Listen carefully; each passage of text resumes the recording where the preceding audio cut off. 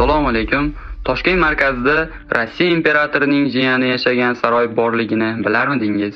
Ha, adashmadingiz. Bu Romanov saroyi. U Amir Temur xiyoboni va Mustaqillik maydoni yaqinida Sharof Rashidov ko'chasida joylashgan. Bu saroy 1891-yilda Rossiya imperatori Aleksandr II ning jiyani buyuk knyaz Nikolay Konstantinovich Romanov uchun qurilgan. U siyosiy sabablar tufayli Toshkentga yuborilgan.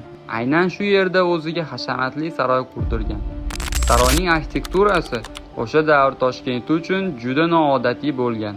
Unda Yevropa moderni, gotika va sharq me'morchiligi elementlari uyg'unlashtirilgan.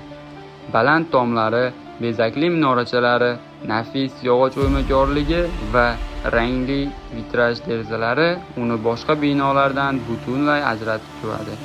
Eng qizig'i, oradan 130 yildan ortiq vaqt o'tgan bo'lsa ham, bu saroyning asosiy konstruksiyasi va tashqi qiyofasi deyarli o'zgarmagan.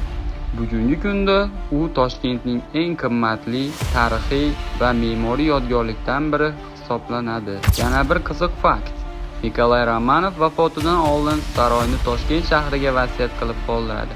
Keyinchalik aynan shu bino Toshkentdagi ilk san'at muzeylaridan biriga asos bo'lgan.